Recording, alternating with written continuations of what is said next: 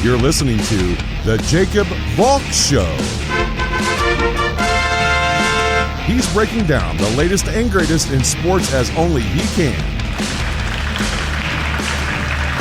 Follow him on Twitter at RealJacobValk. Here he is, Jacob Valk. Hello,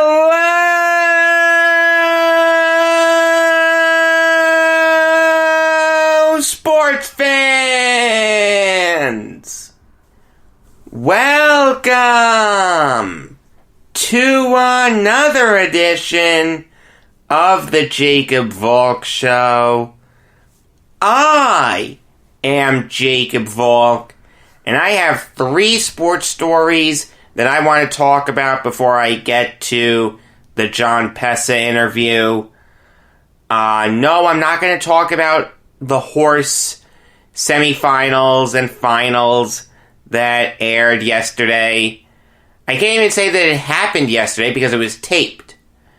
I feel like that took away from some of it.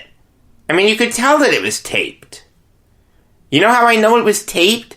Because ESPN had the graphic showing what the shot was, like right after the player announced what he or she was going to shoot.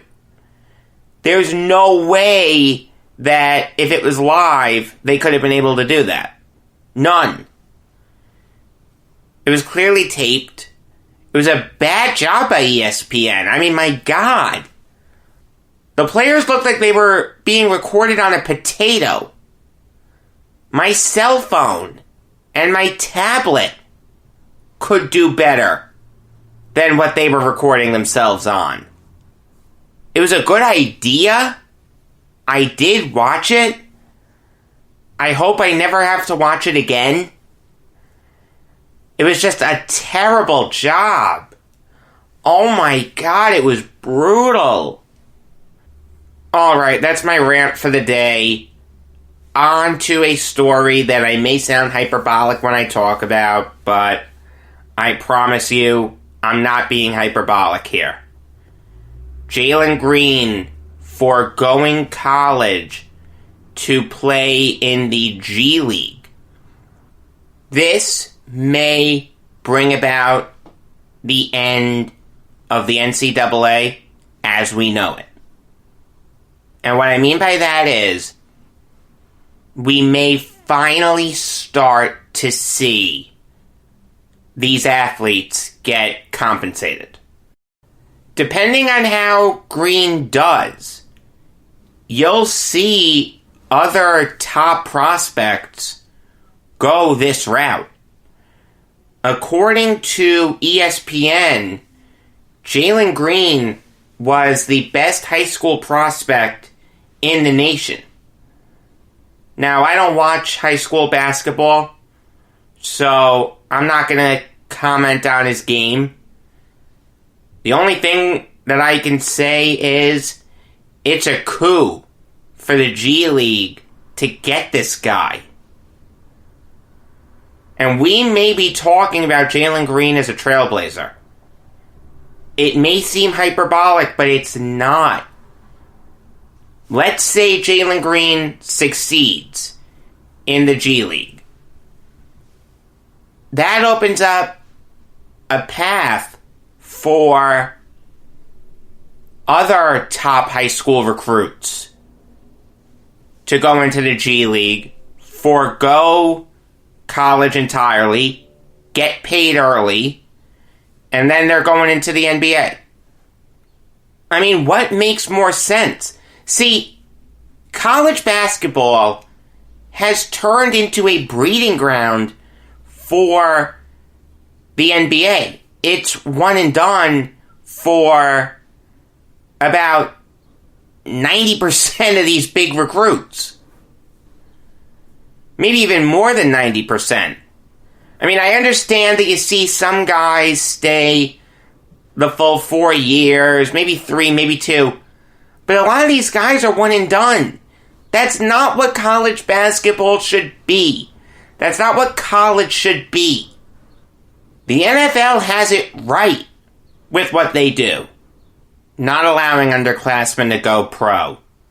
They have to be at least a redshirt sophomore. The NFL gets it. The NBA doesn't. The NBA has talked about revising the draft age for years. Well, the age isn't the issue. The issue should be the time spent in college. Spend at least 2 years in college minimum. If you're going to make the commitment to go to college, get the full experience. I understand that 2 years at a 4-year school isn't the full experience, but that's the equivalent of going to a community college. I don't mind that. I don't like one-and-done players. It makes no sense. That's not what college is for. The powers that be at the NCAA and these schools care more about pumping these guys out into the NBA regardless of whether they get a real education or not.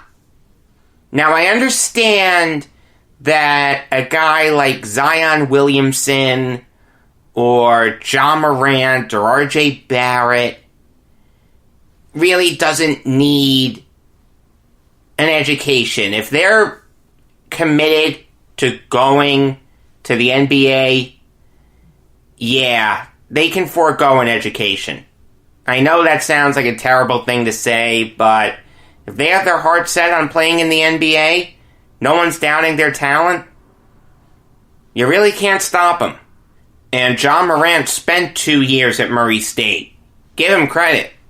But Zion and Barrett were one and done. A guy like Kyrie Irving only played 11 games at Duke, and then that was it. Number 1 pick. That's not what college is for. You're telling me that they're getting the benefits of playing college basketball in 1 year? Yeah, it makes perfect sense to go to the G League, to get that paycheck early. I applaud Jalen Green for this. I promise you, this is going to bring about radical changes to the NCAA. If this succeeds, then the NCAA has to institute 2 new rules. Number 1, you have to spend 2 years minimum in college before you go pro. Now, you can spend a year at school X and another year at school Y. That's perfectly fine. I don't mind that. I don't like the transfer rules that the NCAA has for football. I don't like that players have to sit out a year unless they're a graduate transfer. That just makes no sense to me. I know some people don't like that players get to transfer freely if a coach is fired. I don't mind that. If I was recruited to a school by a coach that I really clicked with, and then that coach is fired, well, wait a second, I didn't sign up to play for you. I signed up to play for this coach. No, now I'm going to transfer. Yeah, I really don't mind that. So they're going to have to make it a minimum of 2 years before you can go pro. And the second one is a change that the NCAA has resisted for time immemorial. They're going to have to compensate these guys. It seems like we're on the way there. There are some governors that are mandating that these players get compensated. I know the NCAA has pushed back. There have been some court decisions saying that these players should be compensated for their likeness. That's why we don't have any NCAA video games, unfortunately. It seems like we're on our way there, but I think that this will accelerate it. This G League program previously offered prospects a $125,000 salary. It's now gone up, including incentives, to $500,000 or more. Where would you rather go? College for 1 year, where you have to play for free? Or the G League, where you can get $500,000 or more? The answer is the G League. And give the NBA credit. They have invested in the G League. A lot of teams are viewing it as a legitimate minor league system. The Nets have done it very well. And it seems like more teams are doing it. They're realizing the value of having a minor league system. Give them credit. Give the NBA a ton of credit for realizing that this could happen. And one thing that does need clarifying is that Jalen Green is not going to play for a specific team. What's going to happen is he's going to join some veteran players for exhibition games against G League teams, foreign national teams, and NBA academies throughout the world. There will be no standings kept. There may be stats kept, but that's just for scouting purposes. Previously, top prospects and their advisors, and I'm getting this from hoopsrumors.com, by the way, have had concerns about losing their draft value by being overmatched on G League rosters against more experienced and physically mature players. This article on Hoops Rumors was written by Dana Garuder. I hope I'm pronouncing that correctly. Hoops Rumors, MLB Trade Rumors, Pro Hockey Rumors, and Pro Football Rumors. Fantastic resources for everyone to use. I check it daily. In fact, more than daily. Multiple times a day. Now, going back to the being overmatched, I think Jalen Green would be fine against G League teams. This guy was the best high school recruit in the nation. You're telling me he couldn't hold his own against quadruple A NBA players? A lot of the players in the G League are quadruple A guys. And you hope to develop them into legitimate NBA players. But the majority of them don't turn out that way. You're telling me Jalen Green couldn't look really good against those guys? I give Jalen Green a ton of credit for this. And this is something that we've seen before with players like LaMelo Ball and RJ Hampton going to Australia. Even in other sports, Austin Matthews went to Switzerland rather than playing college hockey. He was one and done in Switzerland before he was drafted by the Leafs. Make no mistake about it. If this works, if Jalen Green succeeds in the NBA, there are going to be a bunch of other players to go this route. The talent pool for the NCAA will get so diluted that they're going to have to make changes.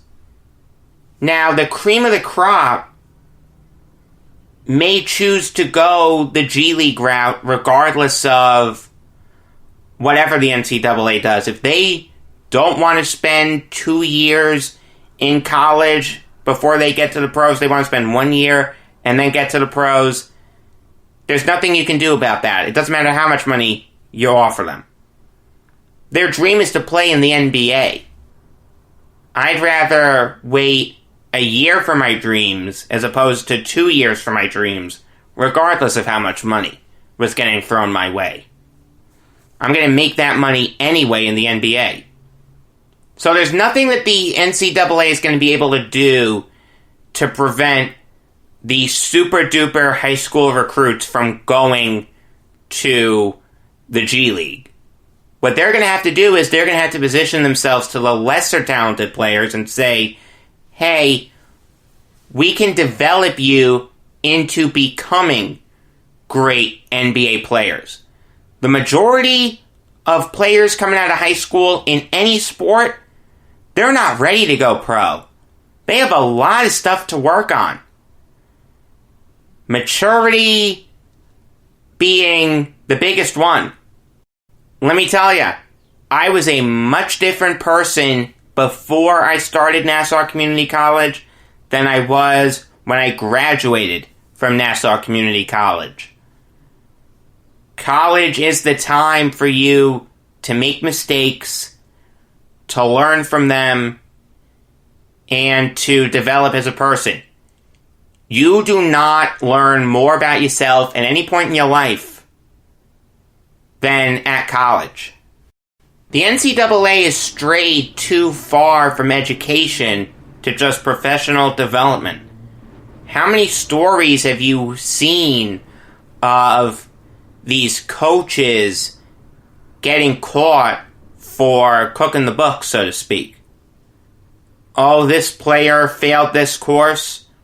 I can tell you for a fact that some coaches and athletic directors and even people from the NCAA will call up that professor and say, hey, you gotta pass this guy.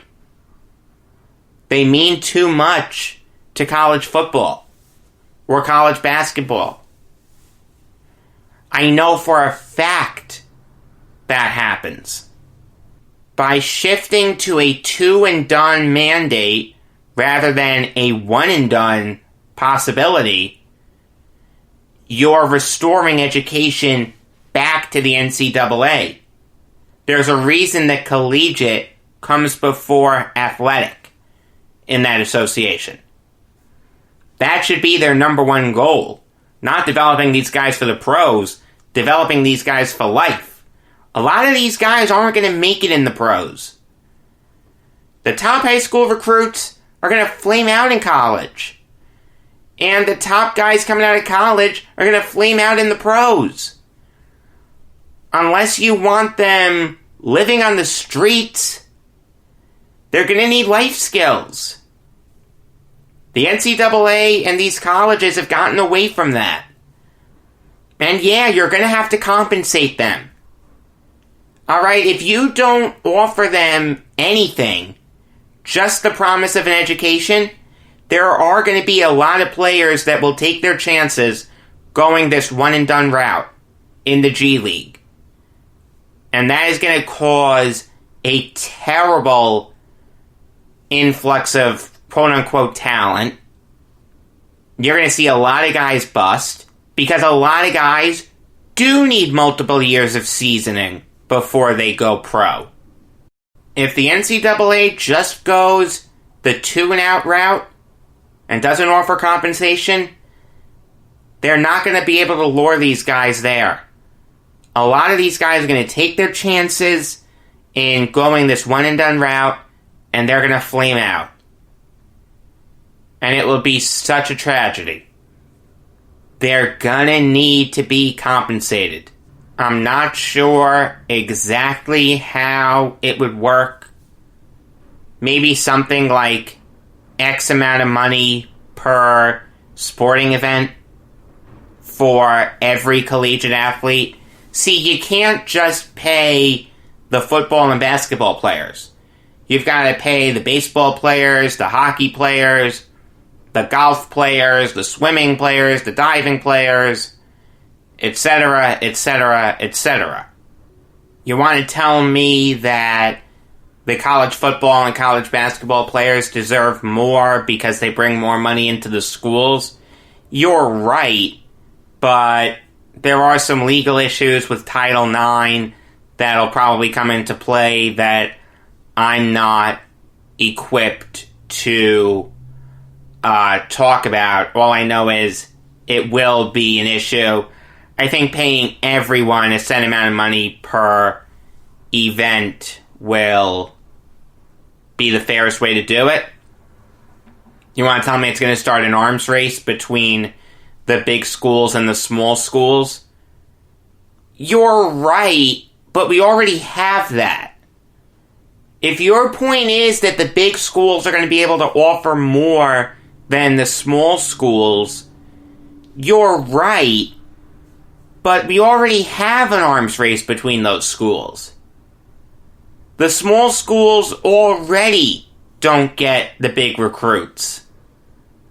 And also, while there will be some players that choose to go to the school that offers the most money, like, let's say Alabama is able to offer, just to make the math easy, $10,000 to the top quarterback recruit, and Texas can only offer $9,000.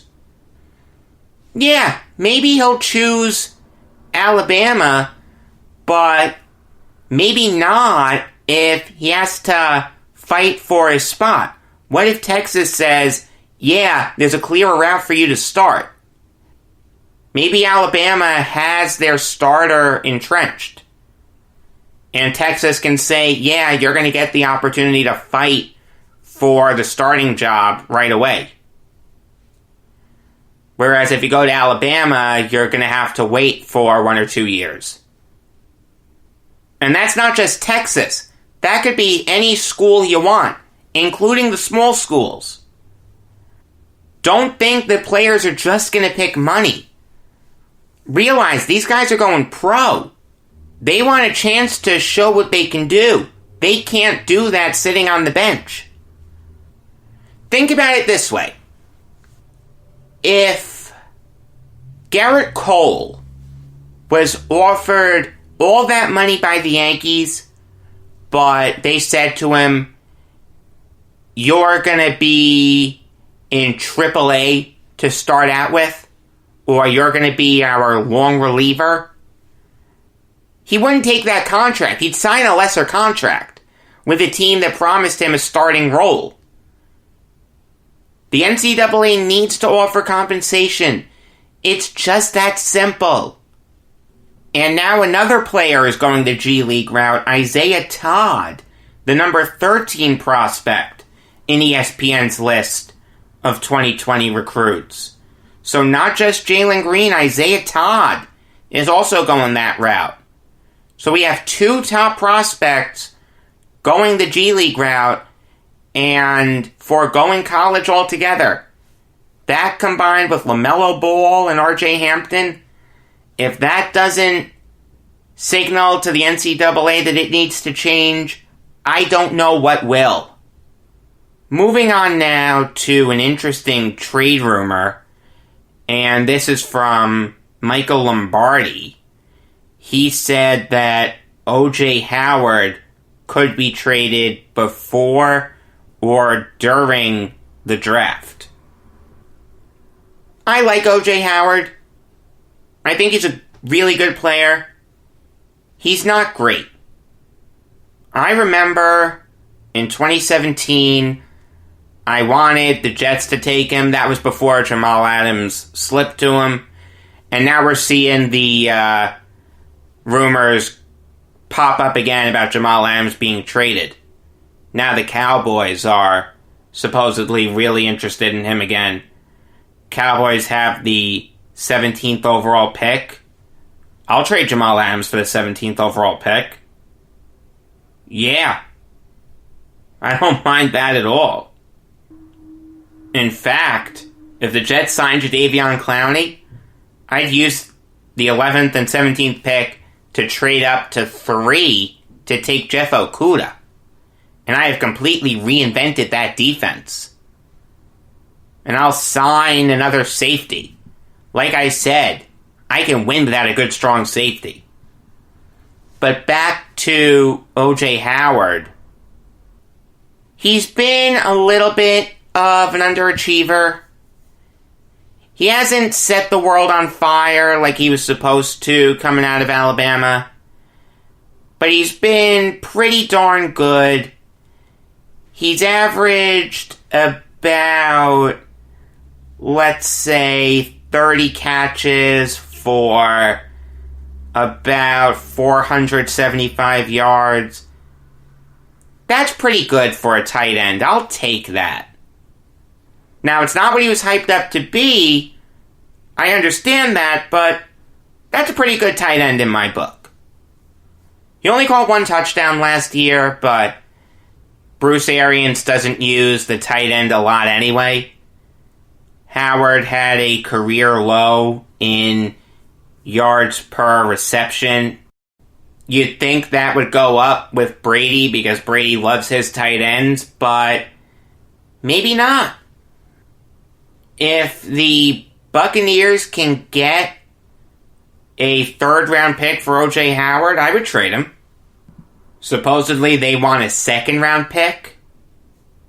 I wouldn't give up a second-round pick for Howard. I'd rather draft a tight end in that case. Because I think you're going to see a big run on tight ends in the second round. Guys like Cole Kmet, Albert Okwuegbunam, and Jared Pinkney, I think could all go in the second round. Then in the third round, that talent drops off a lot. I like Howard a lot. Wouldn't surprise me at all if he was traded. The Buccaneers aren't going to get a second round pick for him. A third round pick is very possible. And I think the Buccaneers and whatever team trades for him will be very happy with that. Moving on now to a hockey story, and it concerns the Blues signing Marco Scandella to a 4-year extension worth $13.1 million. Scandella has always been a good defenseman. He's never been great. His career high in points is 23, and in his career he's a minus 24. I understand the plus-minus isn't a perfect metric, but for defensemen, I think it works. Their one job is to stop the puck from going in. But Scandella's a good player. I'm a little surprised that the Blues signed him after only seeing him for 11 games. In those 11 games, he only had one assist for him. He was a +4. It's not a terrible contract, but it's not a great one. I'd have preferred it to have been for a little less money, but I can't get too upset at it. Alright, here's my exclusive interview with Jon Pessah. You're listening to the Jacob Valk Show. I am Jacob Valk, and I am fortunate enough to be talking to Jon Pessah, the author of Yogi, A Life Behind the Mask. Jon, how are you? Good, Jacob. How are you doing today? I'm doing good. So, we'll go chronologically through Berra's career. How did he first get to the Yankees? Well, I'll tell you, it's an interesting story. There was Red Schoendienst, the Hall of Fame second baseman, told me about the tryout that he went to where there were thousands of kids at Old Sportsman's Park in St. Louis for the Cardinals. And at that tryout were Joe Garagiola and Yogi Berra. And out of all those thousands of kids, after 2 days, it got down to 8 players. And 3 of them were Yogi, Red, and Joe. And they were driven to a park where they pitched to each other, and Ricky signed Schoendienst, and Branch Rickey then, considered the greatest talent judge of players back then and still probably today. He signed Joe Garagiola, and he told Yogi he didn't think he'd be more than a AAA baseball player. And he wanted to only sign players he thought would go all the way. So the Cardinals didn't sign him. His hometown Browns didn't sign him. And Yogi, whose father wanted him to go to work, really wanted to play baseball. His older 3 brothers were all passed up opportunities and were sent to work. But his father relented and let Yogi keep playing. He played American Legion ball for 2 years. And the head of the American Legion was a gentleman named Leo Brown, and he knew the Yankee general manager. And he wrote him a letter and said, listen, I got a kid named Yogi Berra who does everything wrong, but everything comes out right.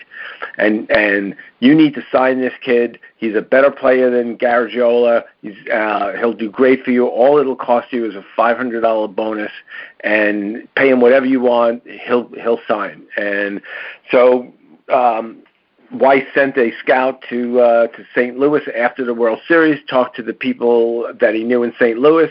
All the stories checked out, and he came to Berra's house on Elizabeth Avenue on the Hill and offered him a contract, and they signed immediately. And that's how he became a Yankee. Sounds good. Hey, I'm happy with that result.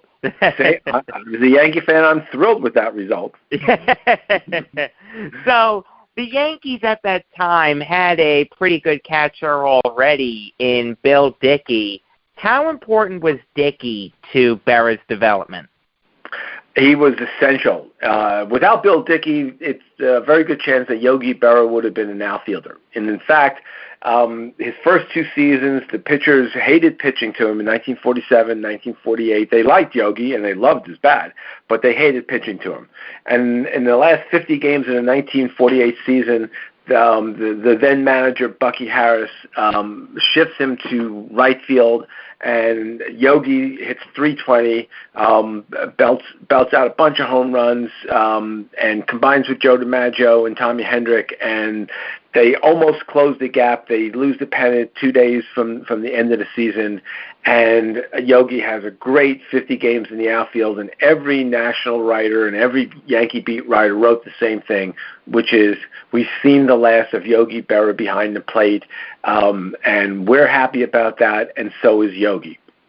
And Harris gets fired. Casey Stengel comes in. Stengel realizes that, there's not a lot of good hitting catchers, and this kid can really hit, and if we can make him into a catcher, we've got something special. So he hired Bill Dickey to teach Yogi how to catch. And from the beginning of spring training until the end of spring training, Dickey worked with him 2 hours after practice every single day, teaching him footwork, teaching him how to frame the pitch, teaching him how to call a pitch, straightening out his throwing to second base. And by the end of spring training, Dickey said, Yogi's not just going to be a good catcher, he's going to be the best catcher in the league. And that's what he became. And Yogi always credited Bill Dickey for his ability to catch. Now, before Berra could showcase that for the Yankees, he had to serve in World War II. What can you tell us about his military service? Well, I'll tell you, he was a minor leaguer in his very first season in Norfolk, Virginia, and that was when the war started and the United States Naval headquarters was in Norfolk. And he volunteered. He got drafted a year later, and he signed, with the Navy, and he was in basic training, and they asked for volunteers for a secret mission. They didn't say anything what the secret mission was. They just asked people to volunteer, and Yogi's arm shot up. He volunteered. The mission was so secret that he wasn't allowed to tell his parents where he was going and what he was doing. And what he was doing was he was training on something they called a rocket boat, which was all of a 36 feet long wooden hull with a slab of metal 3/4 of the way on the deck, and 3 machine guns bolted to the top of the deck and 2 rocket launchers in the back. And they were the leading edge of the invasion of Normandy. There were 12 went to Omaha Beach, 12 went to Utah Beach, and their job was to get 300 yards from the shoreline and to shoot the rockets into the machine gun nests to try to take them out so that the soldiers could storm the beaches. And part of his job was when the battles were over and they were still patrolling the area, part of his job was to fish out the dead bodies from the water and bring them back to the main ship. He saw 13 months of combat, ended up in a big battle, another one in France where he got shot in the hand, and thankfully for him, did not, and us as Yankee fans, didn't ruin his hand. But he got a Purple Heart, and he didn't put in for the Purple Heart until after he left combat because he didn't want to worry his mother. Wow, that's crazy. Let me tell you, we don't think of Yogi Berra this way, but he's an American hero in my opinion. Would you agree with that? Absolutely. I mean, the man, lived the American dream. Up from a poor upbringing, through the war, becomes a baseball star, successful in business, raises a nice family, lives in this beautiful house in the suburbs, and lives a life that is a role model life. And if that's not an American hero, I don't know what is. Talking to Jon Pessah, the author of Yogi, A Life Behind the Mask. So we'll fast forward a little bit to get to the good stuff. Can you lay out his 1951 season? 51, he won his first MVP, and he hit 27 home runs that year, batted 294. And the big thing about this year was the end of Joe DiMaggio's career. And DiMaggio, really, his injuries and age had really stolen much of his talent. And it was the beginning of Mickey Mantle's career, and Mantle was sent down the middle of the year. The main player on that team was Yogi Berra. And he won his first MVP, caught 141 games.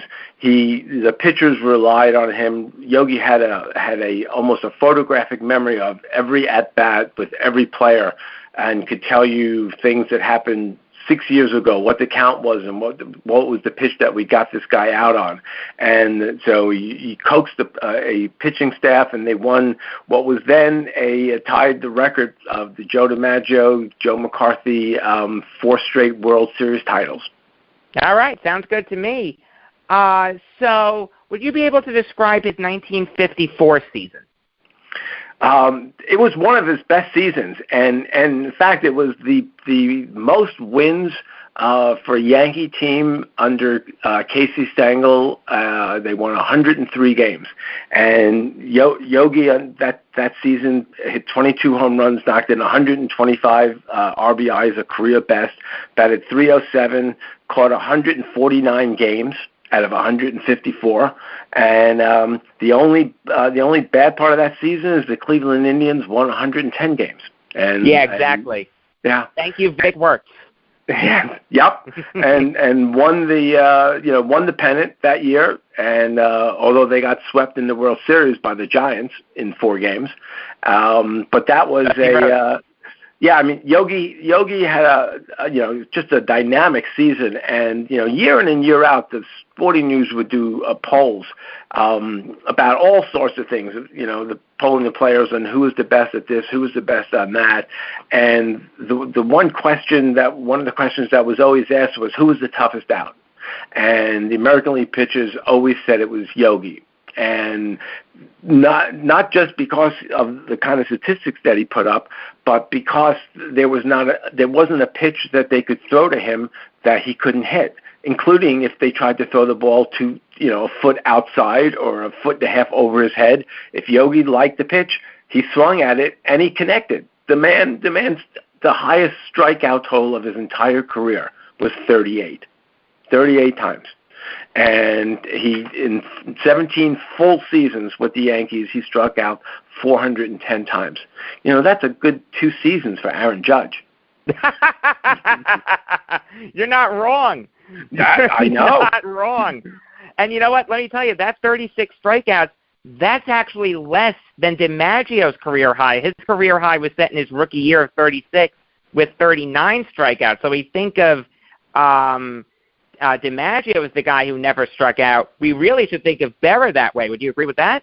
Yeah, Berra never struck out. I'll tell you what, it was a different game, and it was an embarrassment if you didn't put the ball in play. And they weren't going to strike out. I don't think that Joe DiMaggio and Yogi Berra would appreciate the 200 strikeout seasons of today. I really don't. No. Definitely not.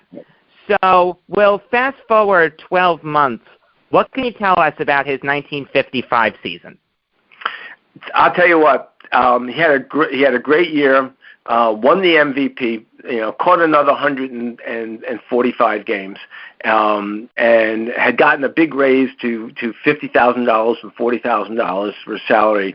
But there was they lost the World Series in 7 games to the Dodgers, and there was a catch that Yogi Berra hit a ball to left field, and it was slicing towards the line, and he thought for sure it was a double, maybe a triple, ties the game, and Sandy Amoros just flashes across the outfield and makes the catch, and Yogi just stood there and stared, and the whole off season he just couldn't believe that he made that catch and they lost that World Series. Made up for it the next season when they beat the Dodgers in '56. And that was my mother was a Dodger fan and my father was a Yankee fan, so I was a product of a mixed marriage. And that was the only time the Dodgers beat the Yankees in the World Series when they were in Brooklyn. Yep, that is 100% correct. And I remember the first time I saw that clip. When I was younger, I used to watch any baseball DVD I could get my hands on. And I was watching something on the 55 World Series, and the first time I saw the Amoros catch, it's like, okay, there's no way that this guy is going to catch this. Everyone's wrong. And then Amoros comes out of nowhere and makes that catch. What is with these Dodgers outfielders who no one's ever heard of, Sandy Amoros and Aljon Frito, coming out of nowhere to make these great catches against the Yankees? It's unreal. Yeah, well, there's a story behind that, too, which is that Amoros had been inserted in the game because Julian Gilliam had been playing left field and was moved to second base because Casey changed pitchers. And the difference is that Amoros was left-handed and Gilliam was right-handed. And if you watch that clip again, you'll see that all Amoros had to do was reach out to catch the ball. He didn't have to reach across his body to catch the ball. No, Gilliam wouldn't have made that catch. He wouldn't have been able to backhand it. Absolutely. You're 100% right. Yep. So if Casey doesn't make changed pitchers, then the Dodgers don't change left fielders, and Junior Gilliam doesn't make that catch. Yogi hits the key hit. The Yankees probably win the World Series. Yeah. No, you're 100% right. I'll rewind a little bit in that World Series, though, to Game 1, to Jackie Robinson stealing home. I know that Yogi Berra always thought that Jackie Robinson was out. My father was playing that clip for me today, and I've seen it 100 times, but he was dissecting it every which way he could, and 65 years later, he's still not over it. Do you think that Jackie Robinson was out at home plate? Well, I'll answer that 2 ways. One, Yogi Berra definitely thought that Jackie Robinson was out at home plate. There's no question. He still hasn't forgiven that home plate umpire. No, and if you look at the picture, you watch the clip and look at the picture. Bill Summers was the ump. He was totally out of position. Yes, to call that. There's no way that he saw what happened. Okay. Yogi did, Jackie did, Phil Rizzuto did, but the umpire, he guessed at that play. And I've watched. I did the same thing that you guys did. I broke down. I played that clip so slowly, and to me, Yogi's mitt was down, and you can see where the ball is. There's a picture in the book of this play, because how can you put a Yogi Berra book together without that play in it? And yeah, and there's a picture of the play, and you see that he's, Yogi, the ball is going to be there. And Jackie's, not quite at the plate yet, and the ball's going to beat him there, and Berra's mitt was already on the ground. So we know Yogi caught it. We know the mitt was on the ground, and we know Jackie slid. That's an out. And and Yogi had a habit of when he saw people that he knew for a long time, he would always associate an event with that, and that would be the first thing that he would say to them. And every time he saw Jackie, who he got to be very close with, they were good friends. And the first thing, Jackie would walk into a room and he goes, "You're out." and his 90th birthday, Rachel Robinson came to his birthday party at the Yogi Berra Museum in Montclair, New Jersey, and she walks in and Yogi sees her, and the first thing he says is, "He was out." So, and you know what? I'm going to take Yogi's word for it. I will too. I think he was out too, but here's the ultimate irony of that game. That steal of home plate made it 6-5 Yankees. The Yankees held on to win that game. In the grand scheme of things, it didn't mean much. It's just an iconic moment in World Series history, but it really didn't mean much in the grand scheme of things. Do you agree with that? Right. It didn't really change the outcome of the game. But yes, it was. I mean, stealing home plate. How many people can steal home plate? And I don't know how many steals of home plates were done in World Series history, but I'm guessing I doubt it's in double figures. And certainly none as famous as Jackie Robinson's steal of home plate against the Yankees. No question about that. Talking to Jon Pessah, the author of Yogi, A Life Behind the Mask. So you hit on the 56 World Series a little earlier, but I have to ask about one specific game, Game 5, October 8th, 1956. Can you lay out Berra's role in Don Larsen's perfect game? Well, I'll tell you, Yogi. Remember, I mentioned the American Legion team. It was called the Stockham Post 248, and that year, that same American Legion team won the national championship, and their prize was that they would go to the World Series, and they came to the World Series, and the St. Louis kids and all flocked around Yogi Berra, and Yogi pointed over at Larsen, who had an average season for them, and he finished with a career under 500 record, 81-91. And he had tremendous stuff, and he also loved the nightlife, and that might have been one of the reasons why he didn't fulfill his potential. But Yogi, he had changed his windup at the end of the season to that no windup that he used in the World Series game. And Yogi told the kids, they said, "See that pitcher over there? He's going to do something special in this World Series." So Yogi just had a feeling. And the feeling obviously was right, even though Larsen got pulled really early in Game 2, and really didn't think that Casey was going to give him another start, but he did. And I sat with Larsen for a couple of hours before an old timers game, and he told me that all he had to do was hit Yogi's mitt. That Yogi called every pitch. The pitch, the kind of pitch, the location for the pitch, and that all he had to do was hit Yogi's mitt, and he was on that day, and he said Yogi made it easy for him. And at the end, going out for the ninth inning, obviously everyone in the park knew what was going on, and the old thing that you don't talk to a pitcher having a no-hitter. And Yogi just, they walked out, and Yogi, slaps him on the rear and goes, "Okay, let's just get that first batter now," like it's just any other inning, trying to, ease the pressure on him. And he called a great game. I think it was 96 pitches, I believe, and and Larsen, they became great friends. They went to all of the memorabilia shows together. A lot of them, they signed together.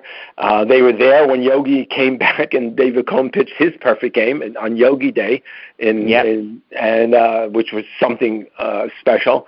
And Yogi and him just were on the same wavelength, and a catcher who can call a game and can frame pitches is just so important to a pitcher. And Larsen just couldn't say enough about how important Yogi was to that game. Yeah, and the funny thing about that game is he really had no business starting Game 5. Game 2, he doesn't even last 2 innings. The way that Stengel told the pitcher that he was starting is he'd leave the ball in his shoe. And Hank Bauer said in an interview when he found out that Larsen was starting, his reaction was, and forgive me for doing a bad Hank Bauer impression, "Oh, Larsen? That's right. Starting?" I mean, he had no business starting that game, but he couldn't miss, John. You're 100% right there. Well, Larsen didn't think he was going to pitch either, and in fact, there were writers who, had stayed out late that night, and, at 5 o'clock in the morning, they saw Don Larsen walking in with a pizza and the morning paper. So he hadn't gotten a lot of sleep, and he was just pitching on adrenaline, and it was definitely his day, and he was as on as any pitcher has ever been. He did his best Max McGee impression, won Super Bowl MVP after getting drunk the night before. that he did, and that was he wasn't called Goonie Bird for nothing. So we'll fast forward a little bit. 56 was really the last of his great seasons. He had very good years after that, but that was his last really great one. Never hit 25 homers again. Never hit over 285 in a complete season. And he ends up managing the Mets. Would you be able to describe his tenure as Mets manager? Well, I mean, that he got, he had that 1 year managing with the Yankees when he took them to Game 7, and turns out that not only was he fired, but they had fired him in August and hadn't told him, and they were waiting to the end of the season because they didn't think that there was any way that he was going to take them to the World Series. So he gets fired and he signs with the Mets as a coach.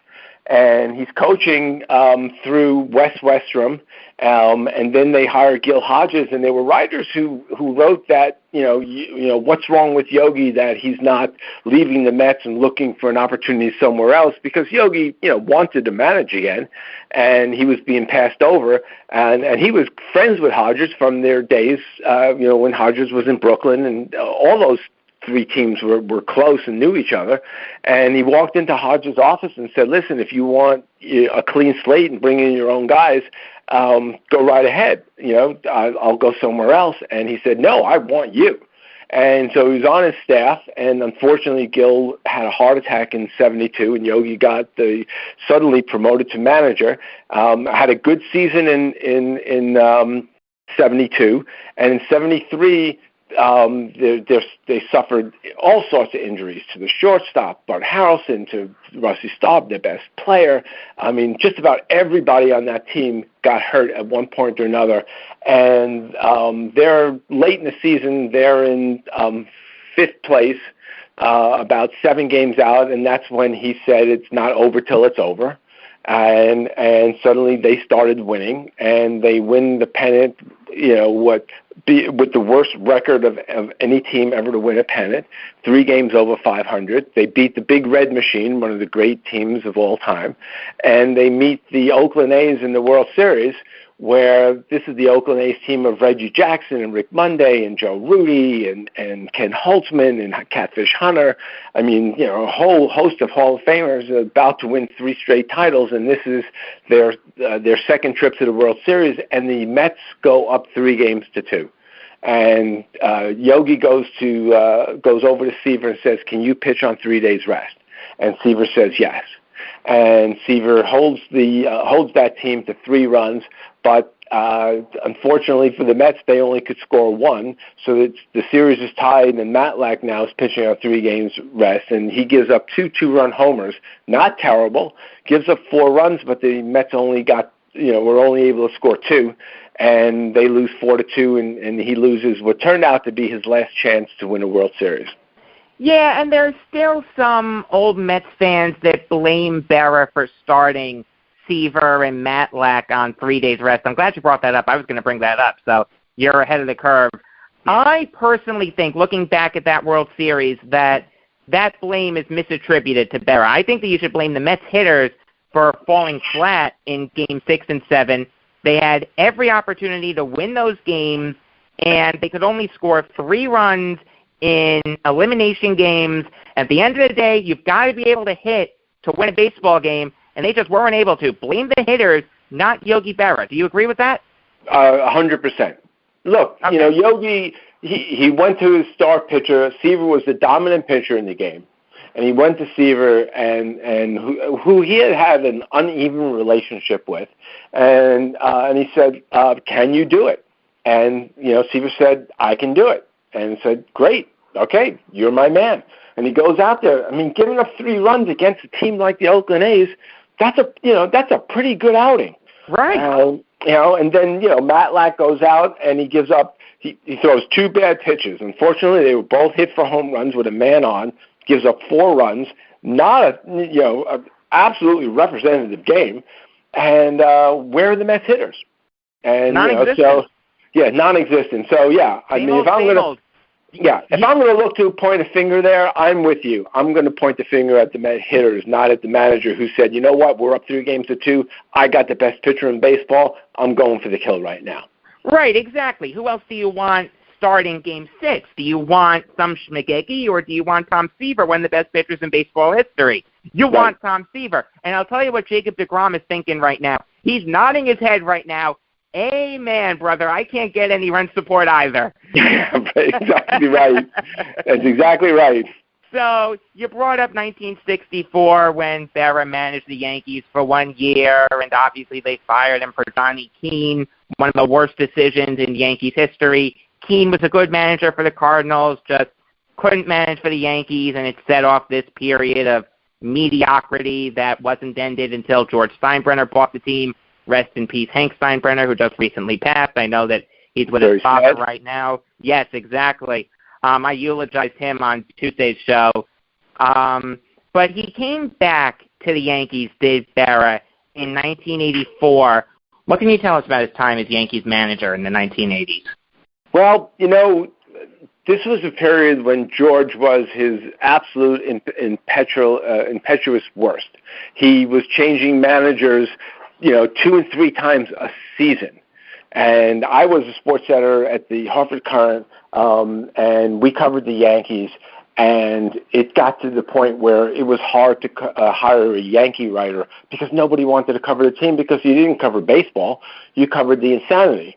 And, Don Baylor, may he rest in peace, used to say that, George Steinbrenner cost us 10 games a season with all the craziness that he created, all the decisions, play him, don't play him, second-guess him, second-guessing everyone in the paper saying, he announced that Yogi Berra, after the 84 season, Yogi had signed a 2-year contract. After the 84 season, in which they have the second best, the best record for the second half, that was the year the Tigers went 35-5 to start the season and basically won the pennant in June. And the Yankees end up with the best record in the second half, have a really fine year. And George announces that Yogi Berra is the manager for next year. Well, of course he is. He has a contract. Why wouldn't he be the manager for next year? And he did a great job. But he hadn't talked to he was all over Yogi all season long, and George made trades all the time, and we know from just watching Jerry Seinfeld how many bad trades George made. What's with Ken Phelps? I mean, my God. Oh my God, was that a bad trade?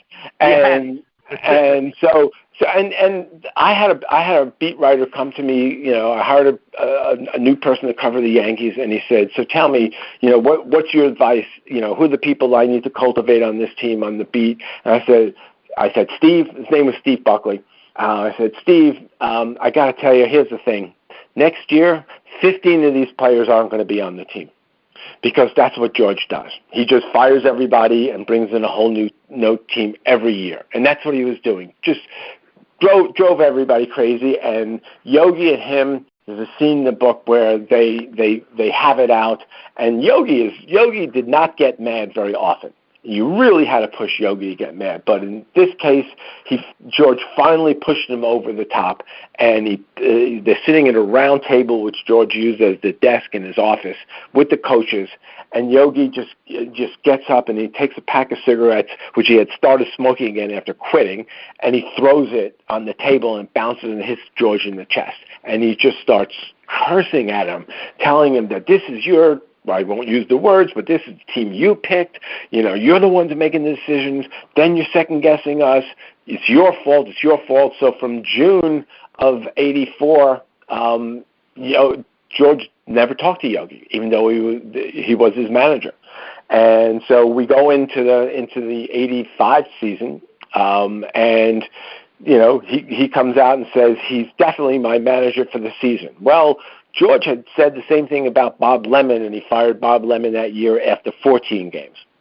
So he's second-guessing Yogi every day in the paper, and they get to Chicago, and they lose a game, and he decides to send Clyde King out there to fire him. He doesn't even fire him himself, and the record was 6-10 in a 162 game season. The Yankees are 6-10, and he fires Yogi, and that was it. Even though that day Yogi told the writers that he would be back to watch in the stadium to watch Dale play baseball, because they had traded over the off season for Dale Berra from the Pirates to play third base with Mike Pagliaro to platoon with him, and he said he was going to come back, but he came home, talked it over with his wife, and they decided as long as that man owned the team, he was never going to come back to Yankee Stadium, and that he did lasted it for 14 years. 14 years. He went off to coach the Astros. His close friend of his, who lived in Montclair, was John McMullen, who had been one of the limited partners on the Yankees, and sold that share and became was the owner of the Astros, and actually offered Yogi the managing job. And Yogi turned him down, and they hired Hal Lanier to manage, and he asked Yogi to be his bench coach, so he went out there for 3 years, and after that he was a spring training coach for a couple of years, and by '92 he was done with baseball. And he told Ron Guidry, who told me the story, that Yogi said that the years where he didn't have any connection to any baseball team were the worst years of his life. Yogi was at home when he was in a baseball stadium. That was home. And one of the great things that his friends did for him was a woman named Rose Calley came up with the idea and really kind of shepherded the whole project. Was they built a museum on the campus of Montclair State University. It's a lovely little museum that looks very much like the museum at Cooperstown, because it was designed. They went up to Cooperstown, Carmen and Rose, and they talked to the guy who redesigned Cooperstown, and he came down and he was the one who drew up the architecture for this museum, and that gave him a kind of a re-entry into baseball. And that's when Susan Waldman, then of WFAN, came to George and said, I think it's time that you bring Yogi back, and the only way you're going to do it is by apologizing. And she convinced him to apologize, and he drove out to Montclair and went to the museum, and at 5 o'clock in the evening, he walked into the museum, and him, Carmen, and Yogi went into an office, closed the door, and George told him, it was the biggest mistake I ever made, firing you the way I did. I'm so sorry. I really want you back. And it ended right there. And then they ended up becoming close friends, called each other on their birthdays. Yogi was in George's box. Usually on every homestand, Yogi would usually go to one of the games on each of the series. So he'd go to, 3-team homestand. He'd be there for 3-4 games. And he was always in George's box. They were good friends, and which is amazing considering the bitterness of the 14-year separation. Yeah, and my father had tickets for Yogi Berra Day, and he had to give them up because it was my cousin's birthday. Yeah, it was my cousin's birthday. He had to give them up, and he is still upset over it. Yep. I mean, that was unbelievable. They had taken the museum had rented buses that took them to a ferry, and the ferry went around and brought them up to the Bronx, and there were about 150 people from Montclair on this ferry, and they all go in. And Yogi's in the box with his family, and Larson's in who was also there that day, is in George's box, and people are talking, and Yogi always was there to watch games, and as the game goes along, he's growing more and more serious, and finally, like around the 7th inning, and people are starting to say, you want to leave early. He goes, "Are you kidding? We're not leaving." And David Cohen, who's a great source, good friend, and this is amazing because the number 8 always comes up. David Cohen threw 88 pitches in that game. Really? Yep. Oh, I didn't know that. 88 pitches, and just obviously a perfect game. Couldn't believe it. Yogi and Larson go down to the clubhouse to congratulate him. They go back. They're going back home, and everyone on the ferry on the way home is asking for Yogi, and no one can find him. And finally, Rose Calley, who was, again, the founder of the museum, is looking around. She finally goes up to the captain's cabin, and she sees him just kind of sitting in the corner, quiet, just kind of like soaking it all in. And she told him, just take your time, a lot to absorb today. Just when you're ready, come on down. People want to talk to you. And it was just such a special, special day for him. Talking to Jon Pessah, the author of Yogi, A Life Behind the Mask. And, John, I'll get you out on this. What's your favorite Yogi-ism? I'll tell you what, my favorite Yogi-ism is I didn't say most of the things I said. and that is, it's funny, but it's also accurate. And, he would tell you that he probably said, 25, 30% were, straight from the mouth Yogi-isms like that one.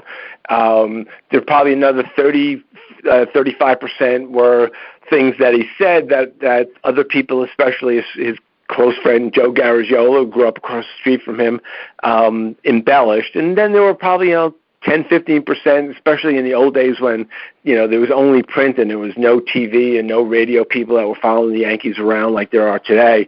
That it's a slow day. Yogi said this.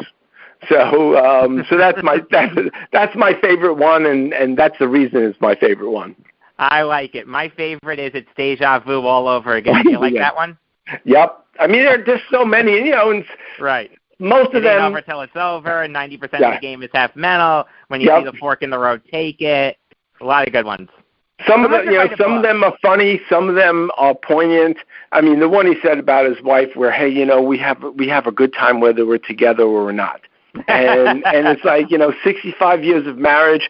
Brett Butler. When I wrote my first book, I interviewed Brett Butler, the old outfielder for the Dodgers, and he was coaching in the minor leagues, and it was during spring training, and we were talking, and he told me something that really surprised me to the extent that it was. He said, how many people you think get divorced after they leave baseball? And I said, I don't know, 40, 50%. He goes, 80% of players get divorced after their career. Wow. And Yogi and Carmen were married for 65 years. God bless them. Yep. So that was, obviously a special relationship. No question. Someone should write a book about all the Yogi-isms and if he really said them or not. I would read that book, wouldn't you? Yeah, there's a chapter, and he wrote two people ghosted autobiographies of him. One was in 1961, and when he was still playing, and one was in 1989 when he was finishing up with the Astros. And the second one, there's a chapter where he literally does go through a lot of the Yogi-isms and said, yeah, I said this one. No, I never said that one. So he got a head start on that book. All right, John. Thank you for your time. Pleasure, Jacob. All right. That was Jon Pessah. His book is Yogi, A Life Behind the Mask. Thanks for listening. Here comes the outro. Thanks for the plug, Jacob from the past. It does mean a lot. I hope you have a good weekend. I know I will. On Sunday, MSG Plus is airing all of the Stanley Cup clinching games for the Islanders, so I'm going to be watching that. Stay safe, stay inside, stay healthy. There's a light at the end of the tunnel, I promise you. And it is God's grace shining upon us. Until Monday, I am Jacob Valk saying that you're in trouble when you say nice catch, and it's the catcher that you're talking to.